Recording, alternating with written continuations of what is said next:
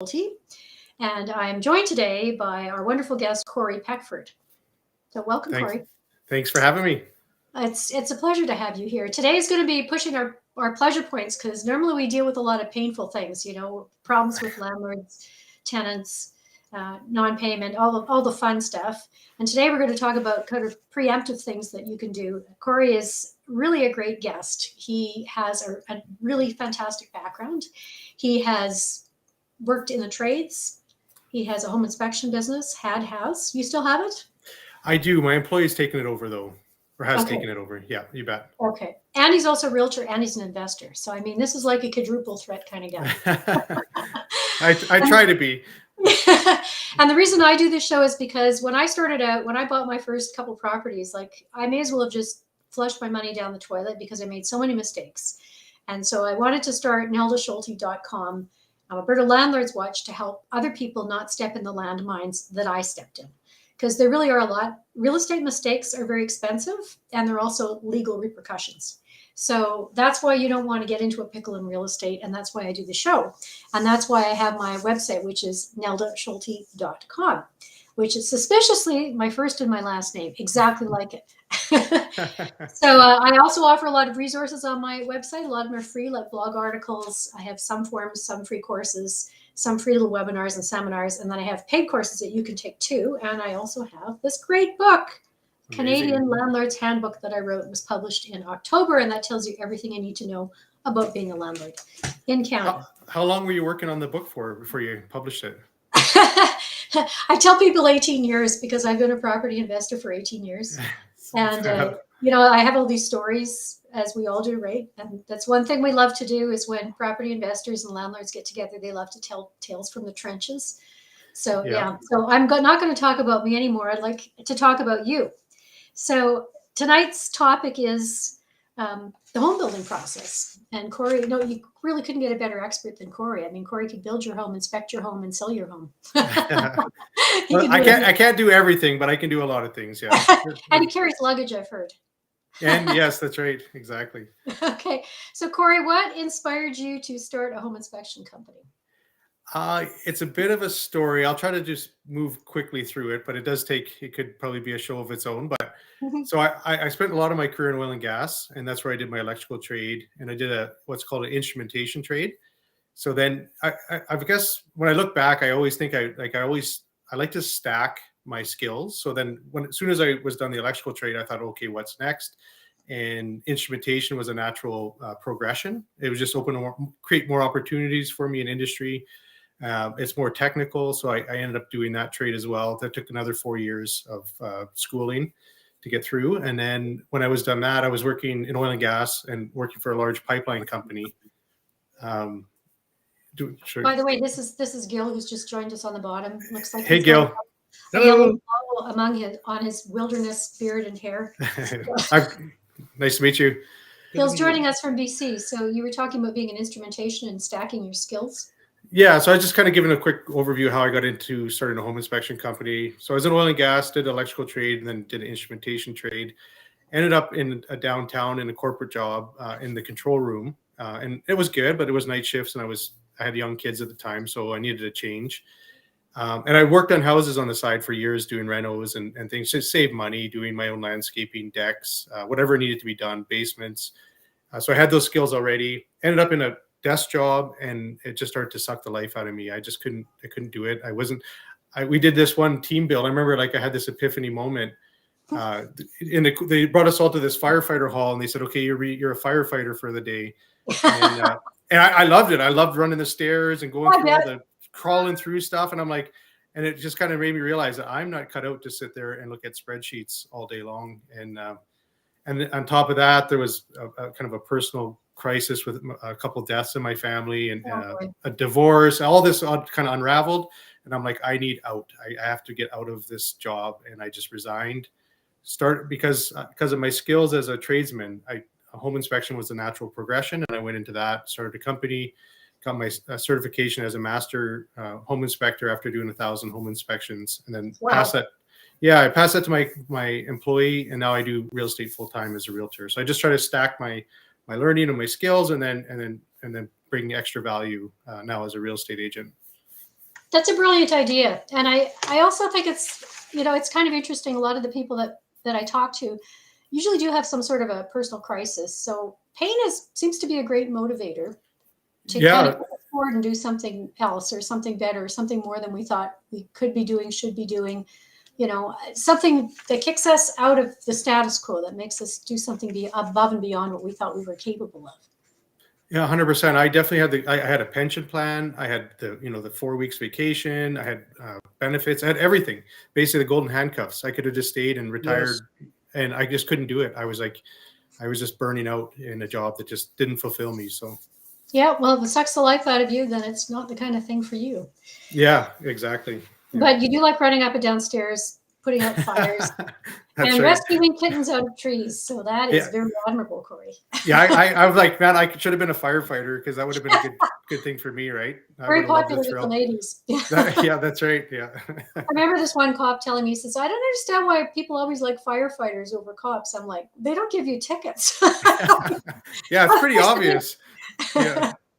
That's So, true. And yeah. as a firefighter, a lot of firefighters I know do real estate on the side because they spend a fair bit of time not fighting fires as well. Yeah, for sure they do. And then you have their shifts are kind of stacked together. So they get, like basically 48 hours working nonstop and then like 4 days off kind of thing where they, so they really get a lot of time off if they're at a quiet fire hall anyway. Yeah, well, here's hoping. Yeah. So, how difficult was it to start a home inspection company from scratch? It was stressful for sure. I went from my corporate world job to basically having to, cold call realtors and get in front of people. And so and then do my own marketing and basically everything that comes with trying to start a business. Right. And then the other thing I found was different because when I did the two trades, you always had a journeyman that would mentor you through your apprenticeship. Right. Whereas in as a home inspector, you take the certification and you do one mock inspection, and then they sign off and they say you are a licensed home inspector, Oh, and then well, you're based unless you work with a company, there's really no ongoing mentorship. So then you end up naturally making some mistakes or you overlook stuff, and you're just like you never make the same mistake twice because that's that's you learn from it but it's in that way it was more difficult, I think, as opposed to when I compare it to doing the two trades prior to that, because I was on my own and the learning curve was for me to basically just figure out as I went. wow. Yeah, that's actually make a good point that mentoring really cuts back on your mistake time, right? Yeah, 100%. So So, when I hired my employee, he's a tradesman as well. Every home inspection, I would show him. I said, "Look, this is something that at one point either I missed, or this is something I picked up on, or maybe it almost caught me." And I would show him like everything. I just pour all the information into him as much as I could, so he's just going to be more successful out of the gate right away, right? yeah, much less stressful for both of you from that. Yeah. So then you thought, okay, well, that wasn't stressful enough. I want to be a realtor and really do a lot of cold calls. So how come you ended up becoming a realtor? Um, I just felt like I do enjoy the physical part, but then I think my long-term vision was to get my real estate license, but I just didn't feel like it was because it takes even more time to get momentum as a realtor. So I just felt like, and being I was divorced, so I didn't have a partner to financially help me. So I felt like, so if I do an inspection today, I get paid tonight, kind of thing, right? Or they don't get the report. Whereas as a realtor, you could be working on a deal for with a client for 6 weeks, maybe 8 weeks, finally close, or maybe longer sometimes, and then you won't get paid for maybe 6 to 8 weeks, kind of thing, right? Yep, So that's a long time. you have to have a bit of a buffer or a runway to do it, like, or maybe if you're lucky and you got someone like a parent or somebody that can bring you on board and give you leads and all that stuff. But for me, it was just I just knew I needed to have enough of a runway to do it. And once I got my master certification as a home inspector, I kind of felt like, okay, there's my third trade. I've completed my trade, and not that if I continue to do it, I would continue to learn more. But I just wanted to build now and just kind of move into kind of stacking the skills again and go into real estate. And that's kind of how I ended up. Well, Where that's I am. very valuable because I just think of what you can offer people from, if somebody you show someone a house, and they could ask you any question about it, and you'd be able to answer it, or at least guide them in the right direction if you didn't know specifically everything about that house. Yeah, that's right. And I have good trades contacts in Calgary. So like a lot of times, if I don't know a number or if I'm not sure, generally I'm on my phone, I'm texting right away. I'm like, or I send a picture. Like even so, because I'm an electrician, I'm not as up to date on the most current code, right? I can go fix electrical problems. I could go into a house and change out electrical stuff. But if you ask me, okay, what did the code book change this year? I'm not going to, I really, unless it's significant, I'm not going to probably know. Why would you? You're not studying it all the time right now. That's right. So then I have electrician friends that own their own businesses, and I just send them a text. I'm like, what's the code rule say on this? And then I'll get, pretty fast response, or plumbers or that kind of thing, right? So that way I'm informed and I'm not giving out the wrong information. Yep. That really helps. Yeah, I just met up with a friend of mine last weekend, and she said she never goes downstairs very often in her house. And she went downstairs, and she said there was water all over the stairs, and they tracked it down to the leaking hot water tank. And she said, "Did you know you're supposed to empty your hot water tank once a year?" I said, "Yep." Yeah. I said, I wrote that in my book. I thought I put that in here under maintenance, because I said it's something you have to do, or sign up with like I've got a plumbing service that comes in and services it once a year, so I don't have all the sediment buildup. But she didn't know that, and I was really surprised, because she's been owning homes much longer than I have. So, but yeah, a lot of people don't know that. And then there's an anode rod that goes in the top, and it's good for about 6 years. So if it has a 12-year warranty, it has 2 anode rods to get them through that 12-year time period, right? All the things you pick up, and we picked this up when Gil and I. Gil Donkersgood, who's down below here, and I had a property management business, and you're always looking at everything all the time. So one of the first things we started looking at after we've been in the business for a little while is we started looking at the age of people's hot water tanks, and to see when was the last time that they serviced their furnace, because some people never service their furnace, never. Yeah. A lot of people don't know they have to, and they're quite surprised when they find out that it actually extends the life of this stuff by quite substantially. It's well worth the money. For sure. And then what we found, like as an inspector, on the high efficiency furnaces, a common problem is because they make condensation naturally as a byproduct. And if any of the seals are leaking, that moisture is just dripping inside the cabinet, right? And then so the inspector comes along, and if the homeowner hasn't opened up the door in 5 years, it could just be full of rust. And the components are getting deteriorating, and it's basically really shortening the life expectancy of the furnace, right? Whereas open it up, change the filters, and have a local visual inspection as a minimum, I think is a great idea. So what are the big dollar items to look out for when you're purchasing a home? I think so. It depends on the year of the property. So if it was an older property, I would be looking at, have the windows been replaced? Are they the old wood windows, depending on the year, or maybe aluminum sliders? So windows can be, as you guys I'm sure know, could be 15, 20,000. It could be more depending on the size of them, right? Yep. So like the roof condition for sure is another big one. The price of roof replacements, like everything else, has gone up, just like our gas prices. So a roof, I think, used to be $5,000-$6,000. Now we're looking at $8,000-$10,000 to get a roof done. Furnace, again, that's another one. So if the furnace is old, that could be $6,000 or more. I think so those are all kind of good ones to note when you look at a property as you walk through it. Is like, I think it depends on what the person's expectations are and what their plan is for the property. But some of those, as you walk through the property, that's what I'd be gauging is, if it's from the 80s and original, and are they going to replace the flooring, and are the kitchen's going to be, is the kitchen going to be updated in the bathroom? So those all cost money. Exterior wise, I think the grading and the foundation, and if there's any sort of retaining walls, I've seen some retaining walls where I feel like I would just move to the next property. I would not buy that property. There's too much risk. But yeah, because they're so, like, a beautiful retaining wall in your backyard that starts to lean, and maybe the contractor didn't build it quite right, or it's settled or something. If the contractors can't get in with their machines, the price just goes through the roof. Yeah, like I would not touch, personally, or for my clients. I mean, maybe it's the right property, they love everything about it, and then it's just, if it has a retaining wall like that, I would get at least 3 contractor quotes to see what you're dealing with, to see, okay, if it doesn't, maybe it's starting to lean, what is it going to mean 5-10 years from now? Mm-hmm. Is that a $50,000 retaining wall, or I've seen quotes over $80,000 for retaining wall repairs. And that's something that I've never heard any realtors talk about ever.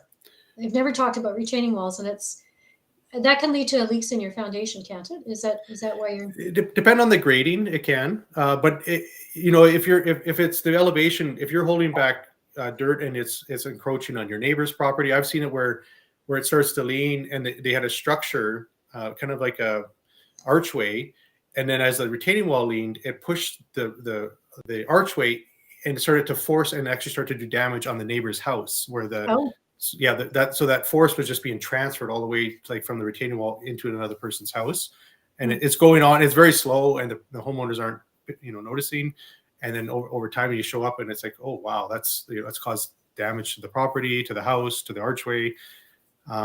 And I think the other one, the big one, is the sewer line I guess we're going to talk about that in a little bit, right?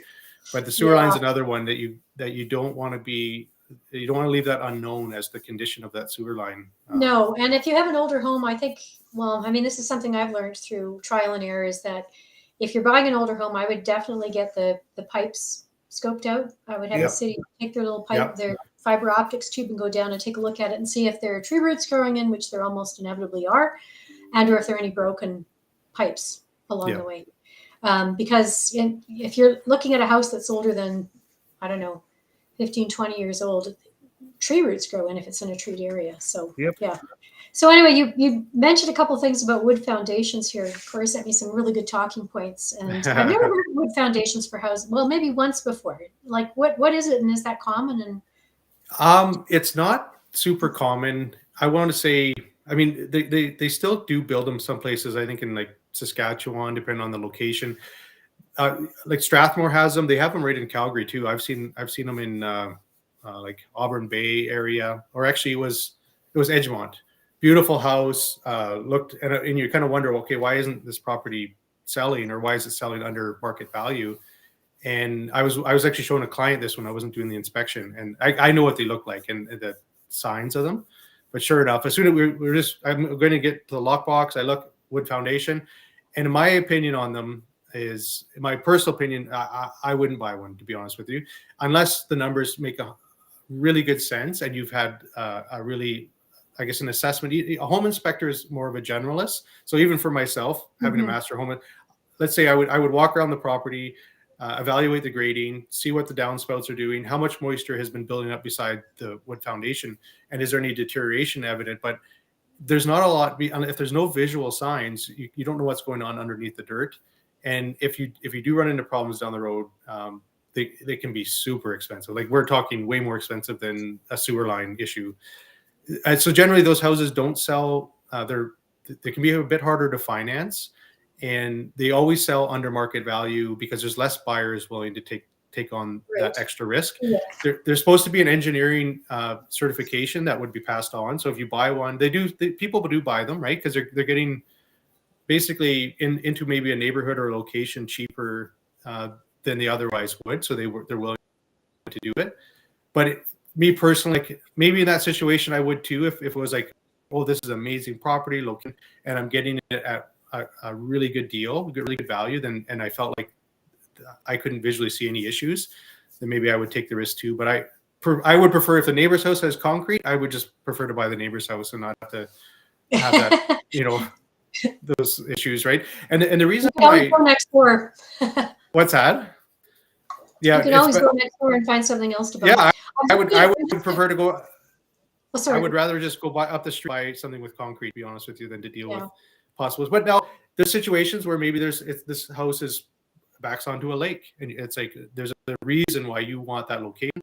And if the other thing is, a lot of times when you see wood foundations, there's not a lot of grading against them. It's kind of almost like a bi-level, where where they sit out of the ground higher, because a wood foundation cannot have that lateral pressure against it, right? Like, say it's kind of like cinder block is similar. Like, you can't have that load from soil, especially if that soil is wet, pushing against the foundation wall if it's a wood foundation. So they're always higher above the grading. And the reason why they became popular was in remote locations. It was harder to get concrete to some of these areas, and cheaper to build. It's pressure treated wood, pressure treated plywood they put on, and timbers.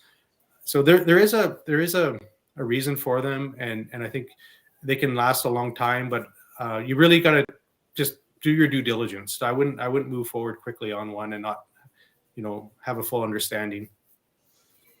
I'm going to ask you 2 questions. I want the nutshell version. Radon and asbestos. Okay. What The about nutshell version? what should So- we look out for radon? Because I mean, it was a big scare.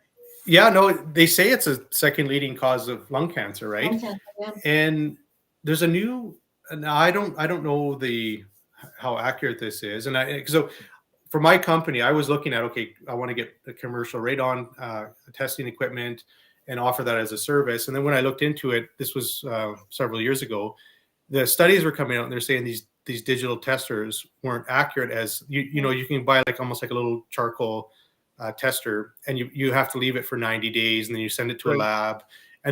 So the studies that were coming out were saying that's basically the only thing that's accurate, whereas these kind of like spot test testers aren't accurate enough to tell you if you do have high levels of radon. So I just stayed away from it. I thought, well, why buy these commercial machines if I can't say with certainty? And then the minimum air sample test for those was 48 hours to a week kind of thing to get a reasonably accurate reading. So I think it's a good idea to have your home tested. Generally, it's not something in a real estate transaction that's going to be something that it's too long of a time to test, right? And then sometimes people think, okay, older houses, it's old, it's probably going to have radon, but actually old houses are leakier. Yeah, that's right. Yeah. And radon levels can be lower, whereas you get into a tighter new build, and your radon levels could actually be a bit higher because everything's so airtight. Maybe we should tell people that, I mean, there are, if you go online, I can't even remember what the site is anymore, but you can go online and see what the radon levels are for your neighborhood and for your. Yeah, because radon is a localized thing, right? So if you're in an area that isn't considered high risk for radon, wouldn't that be a reasonable assumption? From my understanding, Alberta is known to have high radon, right? But my understanding is it varies. Like it could be your house could have, depending on it's almost like the sewer line could be different from one neighbor to the next, and the radon level could be different from one neighbor to the next as well. It could be like because the type of soil that's deeper down, like it's just slightly different, or maybe there's some fault line that's moving through, and then you're just getting extra radon coming through. And then the other thing is your slab in your basement, if it has cracks in it, cracks there, that could also be bringing some radon in too, right? So I think it's a good idea for peace of mind to have them test it, have your home test it and see where it is. But do the long extended test. I think it's a bit gimmicky, these short tests. It's kind of like, where the companies that are doing those tests, they have incentive to basically put in a remediation system for you because they're going to make money. So I'd be maybe a bit more independent. Just go to Amazon, buy the kit, put it in the house, and for at least 90 days, and then send it away and see what it says. Yeah, and it's not going to cost you a lot of money. Okay, that's right. How prevalent is asbestos in older homes? It's so the regulations got stricter in the 80s. So about by mid 80s, they started to really heavily regulate and remove any sort of asbestos products in houses. So it always depends on. So when you get into all the way to the 80s, it could be in the mud. It could be, when you do the drywalling, it could be in your mud. It could also be in your stipple on your ceiling. When you get into say 50s, 60s, instead of the typical 12 by 12 tile, there's it's a 9 by 9 tile. So once you see it for the first, you look at it, you're like, oh yeah, that likely has asbestos because that's a 9 by 9 kind of glued on tile that you'll see in some of these older like 70s houses. And then they used to so the ductworking, instead of using like the metal tape they use today, there was a tape they would put to help seal the ductwork, and that also was known to have asbestos. Oh boy. Yeah. And then the other one was vermiculite, which was used as an inspector. I didn't see it a lot in the 70s and 80s houses, and I think it's because most homeowners had it removed. So the government used to give in the early 80s, they were given a grant so basically they could put vermiculite. It was like, oh, this stuff's amazing. It's it's fire resistant, all these things, right? And has high R value. So they were putting this vermiculite in the attic spaces. The government was kind of giving an incentive to people, and then they realized that people were dying in these facilities because of where they were mining it because of the asbestos. Oh boy. Yeah. So then the government circled back and basically had a program to basically have it removed. But as an inspector, most times I've seen it is early 50s. It's almost like they just didn't. Those homeowners just decided or didn't worry about it. They're like, my installation's been here for this long. I'm not worrying about it. And but I've rarely ever seen it like 70s, 80s. But yet it was put in thousands and thousands of homes in that era too. Wow.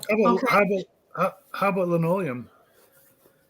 Yeah, it can be in linoleum too, as depending on the product. Yeah, kind of like the 9x9 tile, right? Yeah. Those are the ones off the top of my head that I can, as an inspector, if you're walking through or a home, and then obviously you can get samples done. So if you're going to do a full renovation on a 60s, 70s, 80s house, it's a good idea to have someone come in, take those samples, send them to the lab, and find out what you have, right? So I've done renos on those types of homes, and I've just always used precautions. So I would use like a HEPA filter on my vacuum. I would put poly in. I would wear my respirator, P90 type mask, and then I would always just be very cautious myself. I wouldn't just swing a hammer and let dust fly everywhere and breathe it all in, kind of thing.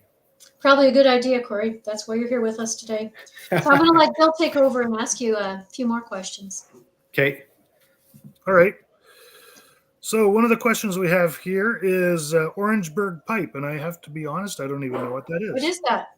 So actually, we kind of touched on a little bit about the sewer lines, right? So Okay. From Orangeburg was a lot of these products that like we haven't talked about poly B yet. We'll probably talk about it, but so a lot of these products, there was always a reason. So with Orangeburg, what happened was it was just after the Second World War that the nations all were using the metal for the materials needed for the war. So metal became very expensive. So then they came up with a product called Orangeburg, and it was basically like a tar paper, and it was a bitumen tar paper that's infused with like tar and asbestos, and it's almost, think of it like that. Obviously stronger, but just like you ever taken like a paper, like a roll from Christmas thing, and it's a really hard cardboard roll. It's kind of like that, but it's just been infused. And so they decided to use that for the sewer lines. And what It's I like find a cancer cocktail. It's what? Cancer cocktail. Yeah, that's right.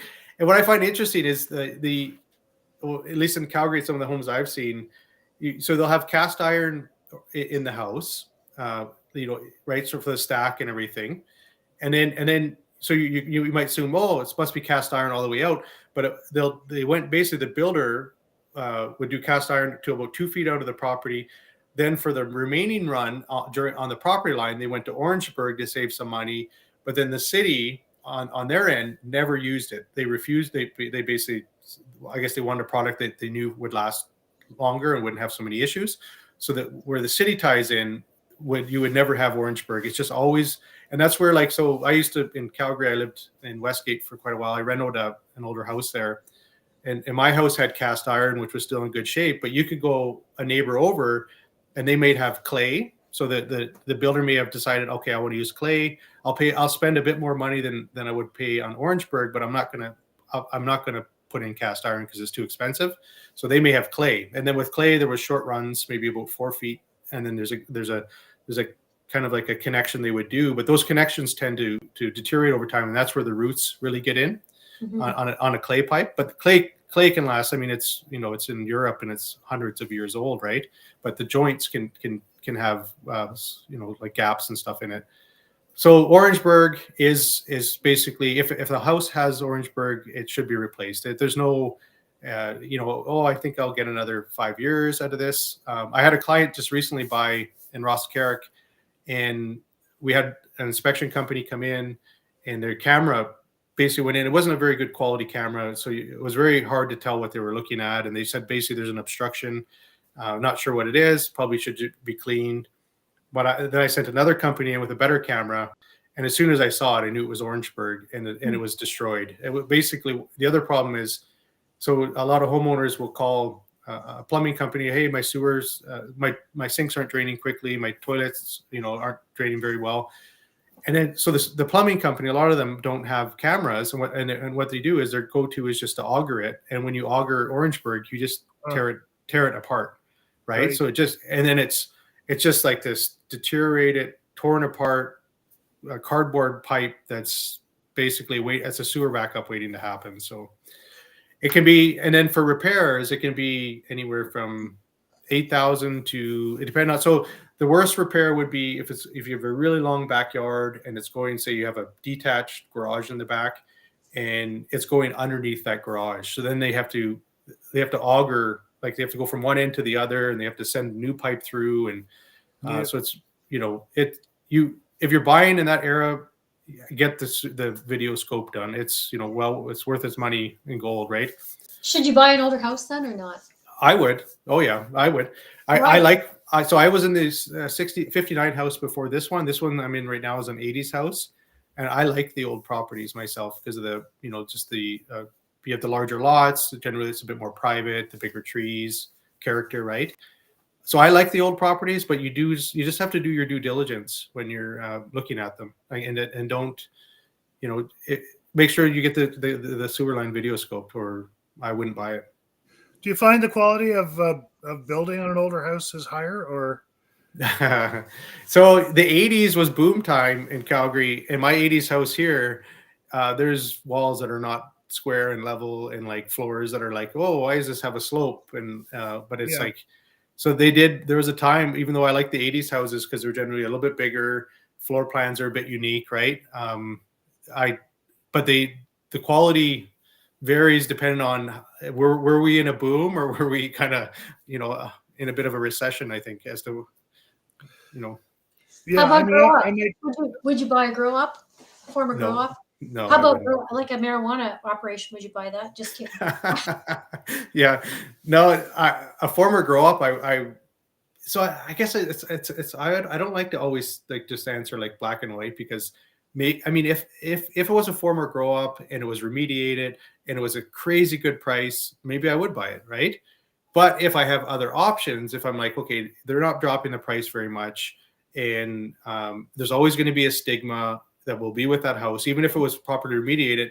If you were buying it as a landlord or as an owner to rent out right to a tenant, as soon as that tenant moves in, the neighbors are going to say, did you know that house used to be a grow up? So that stigma will be with that property for the rest of its life, right? So it's everybody, all the neighbors know, and they will share to every person you ever put in that property. And so it could be harder to rent out, even if it's been remediated correctly, right? So.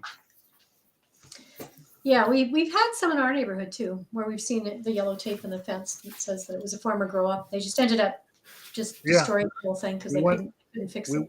We went by one day and the house was no longer there. It was just crazy. It's unfortunate, but in order to lose the stigma, you almost have to go down to the foundation, right?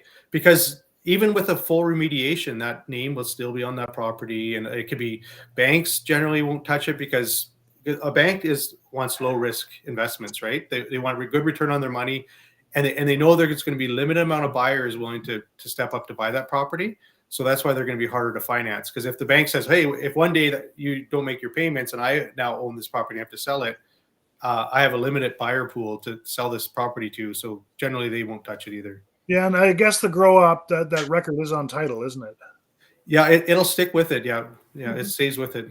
I tried to look. I was doing some research. I was trying to find, is there a database that I could find? And I honestly couldn't find one online. Maybe there might be one out there, but I searched and I couldn't find one where I could find that information.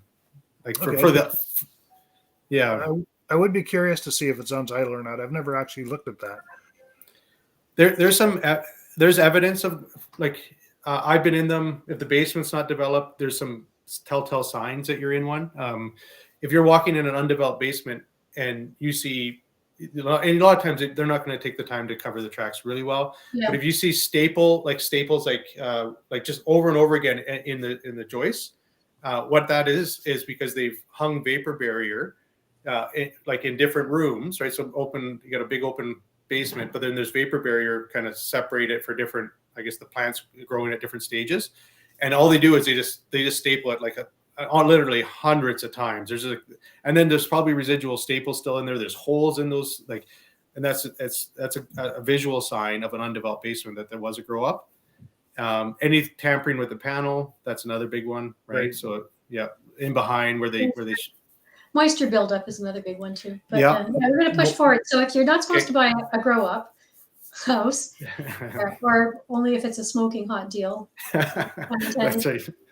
What would you recommend for a first time home buyer? I would. So I when I was for this, when I speak back when I was doing inspecting, like, you know, when you get into like the century home, so like 100-year-old house, and then the foundation was built with maybe rock and some concrete or something, like I would shy away from houses that need a lot of work unless you have the financing. So I remember this one quite well. This young couple it was in Inglewood, not maybe 120-year-old house, needed a ton of work, first time home buyers, and I'm thinking, you are not the match for this house. But they were both doctors. I think he was a surgeon and she's a doctor. So I mean, they have the financing or capability to deal with whatever comes their way, right? So you do have to have a bit of either you have to be super handy and understand what you're buying and be able to fix it yourself, or have a budget to take care of those things that come along. If not, if you don't want to be dealing with that stuff, then I would recommend a newer build for a new home buyer, and then they could kind of just progress and learn as they go. It's just a bit of a safer property. And then there's the other thing too, is the renovation can take a long time. And having lived through a couple of renovations while I've been living in the house, I can quite honestly say it's demoralizing and it's exhausting. Yeah. You know, 'cause you're going to work and then you're cleaning your house before you can actually cook, and then you have to clean it again afterwards. You have to put sheets up and stuff. So, I mean, ask yourself, if you are a first-time home buyer, if that's how you want to live your life. That's right. And it can put stress on your relationship too, right? Like, it's called divorce test. That's right. Yeah. Like if you don't have the right dynamic for the relationship to handle it, it could be a disaster, right? So it works for two partners that are, hey, we're both going to tackle this, and and we don't have kids.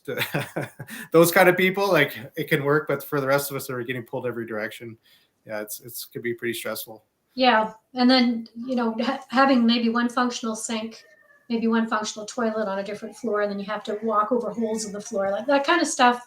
Yeah. You know, they always make it look in those home renovation shows to be very romantic and fun, and I'm like, oh God. Of course, it only takes like an hour on TV, but that's right. 3 years of your life or 5 years of your life, every day you're coming back to it. It's not so fun and romantic anymore. No, I've done a lot of live-in renos, and I'm kind of sick of them, to be honest with you. Yeah. I have every tool imaginable to fix almost anything, and but I can also procrastinate about it too. I can push something to like 95% and then leave it unless if my partner is not like, hey, you know, this is driving me nuts. Yeah. Have to take that into consideration. So what kind of properties are your investor clients looking for in Calgary then? Is there sort of a general? A good play. So I know, like, I've talked to people on my podcast. I've talked to people from like Red Deer to Medicine Hat, Lethbridge, Edmonton, and every municipality, every city views secondary suites differently, and how they handle them, what they require. A lot of them, there's similarities in the building code, fire code, but then Calgary is unique in that they really kind of, it's like they have 2018 is the year that if the suite has existed before 2018, they're not as restrictive as afterwards, right? So if it's after 2018, they want the second separate furnace, and they want the heat system separated. Some of the other stuff would all say the same. You'd have to have egress windows, separate entrance, all that kind of stuff would say the same.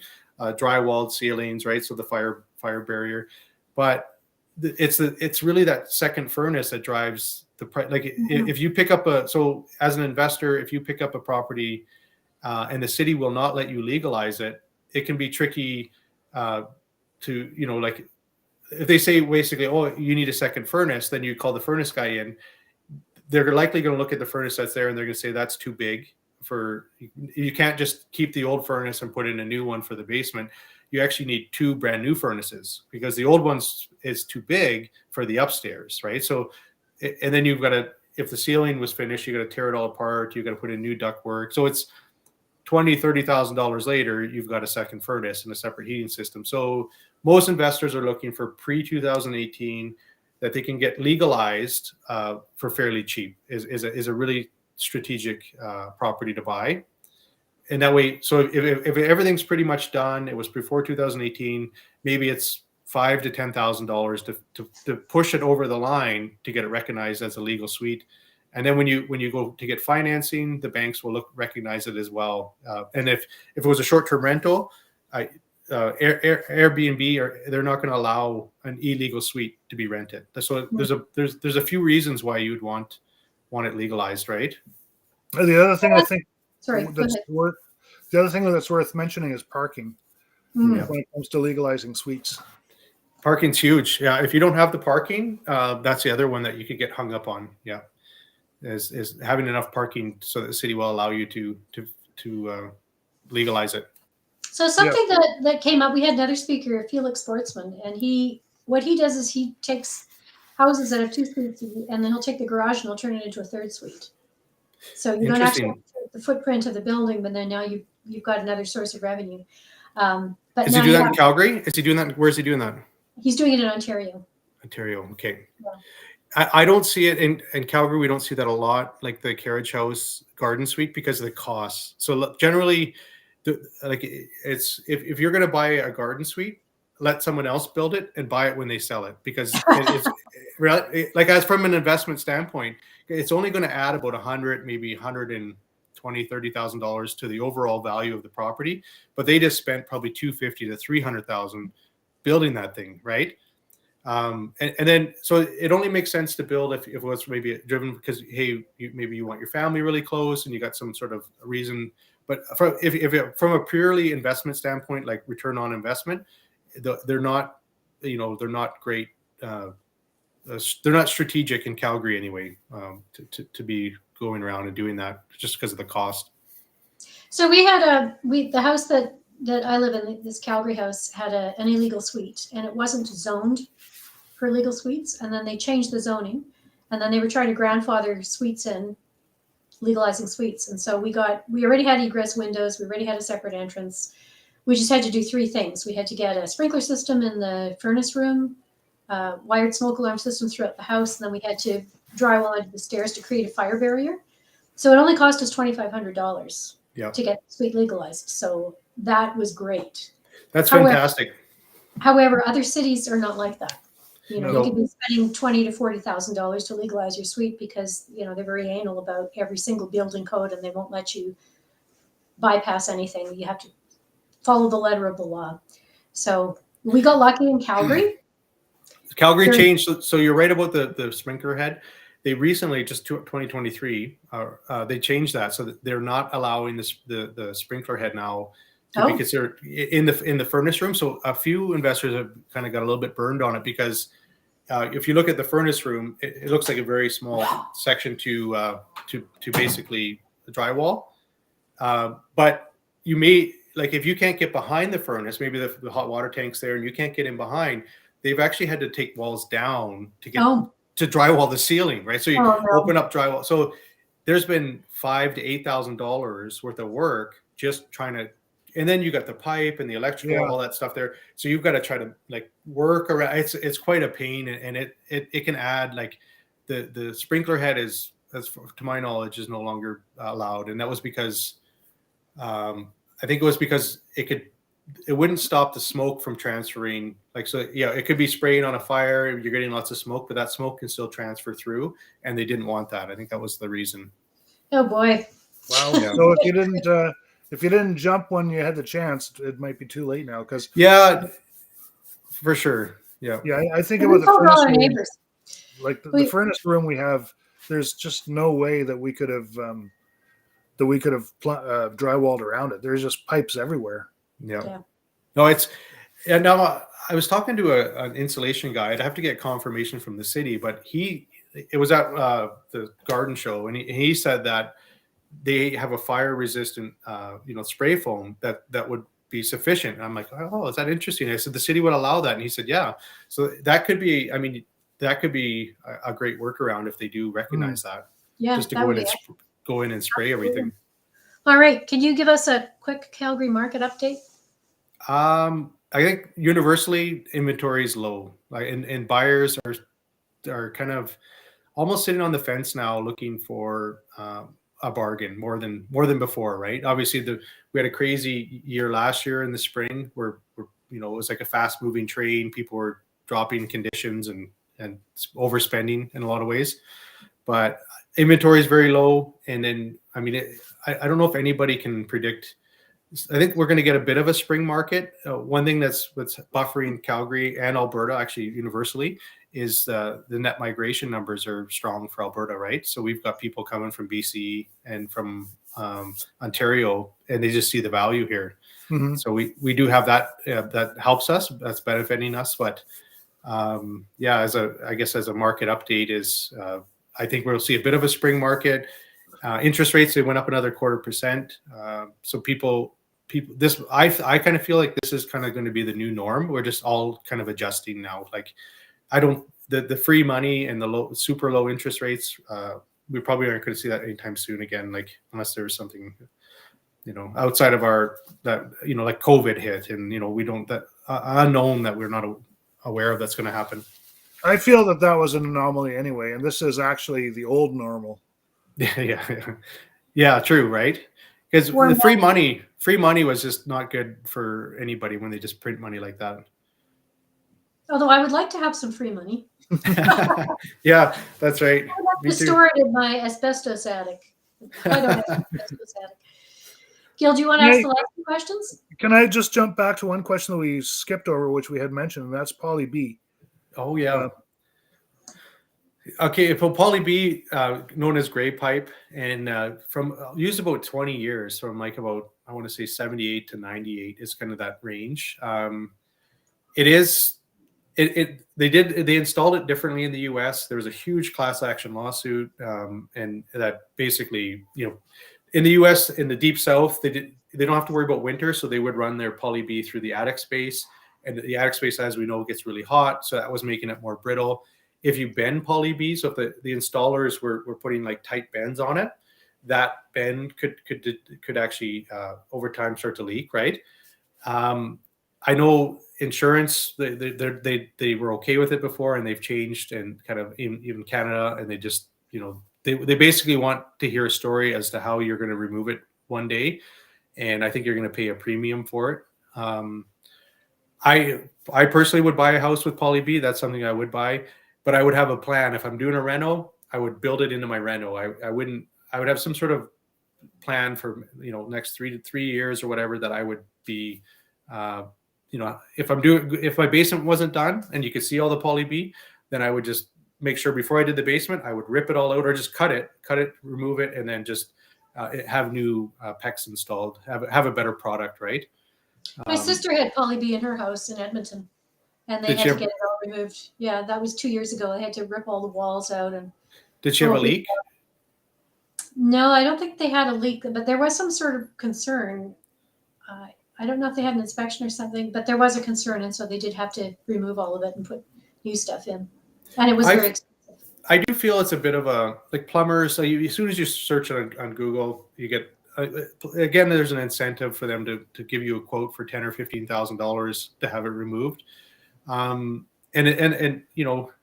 know. I have seen it where it does have a little pinhole leak and it is leaking. But I would have a plan to remove it, but I'm not as scared of it as maybe, like, it's kind of like if you search about traveling to South America, all the horror stories show up on the first page, right? But you could go there and have a beautiful, amazing trip. And it's kind of like Poly B. You could, a lot of people have had it for 20 years and haven't had any problems. Yeah. But there's people that have had problems. So, yeah.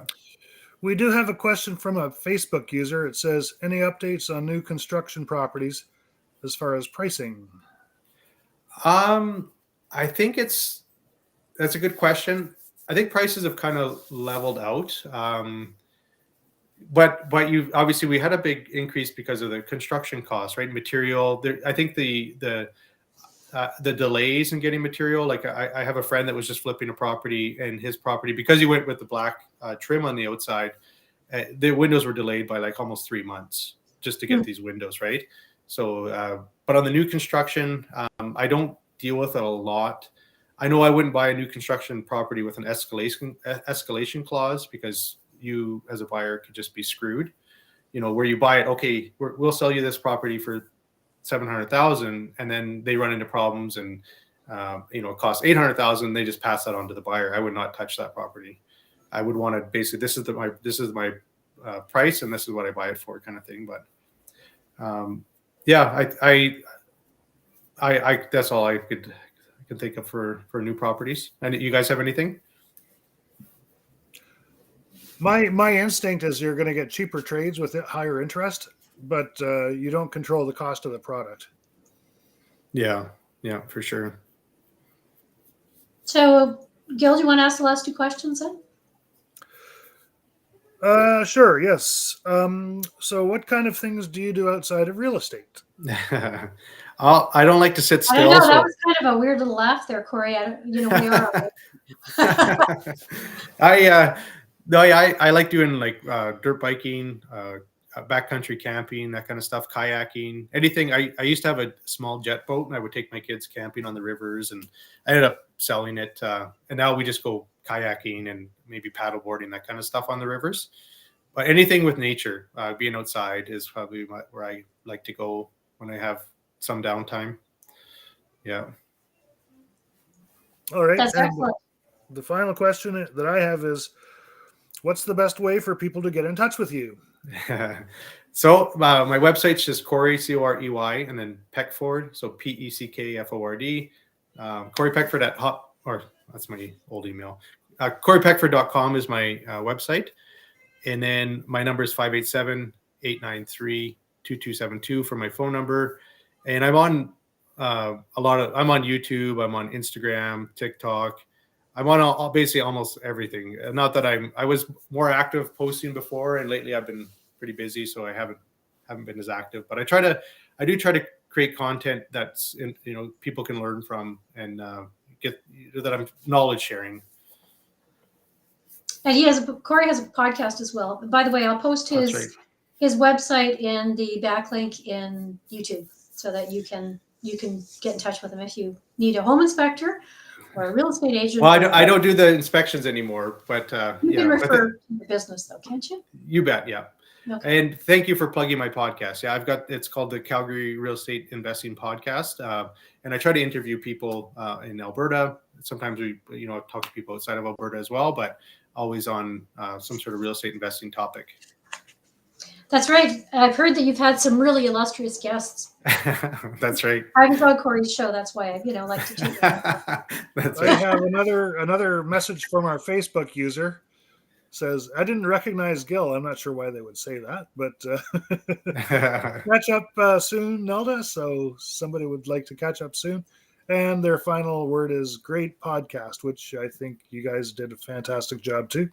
Lots of good information. Thank you. Thank you.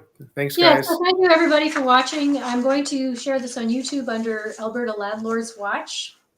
And if you liked it, please subscribe and please share it and tell all your friends. And don't forget to buy your Canadian Landlords Handbook at Amazon.ca, because really this should be in every landlord's arsenal. Definitely. Okay. All right. So thank you very much, Gil Donkersgood, for joining us. And a special thank you to Corey Peckford, who gave us a ton of excellent information about everything to do with homes. So thank you so much for joining us and for the generosity of all of your information. Oh, thanks, guys. Thanks for having me. Our pleasure. Okay. Bye-bye. Bye, and thank you, Facebook viewer. Bye-bye.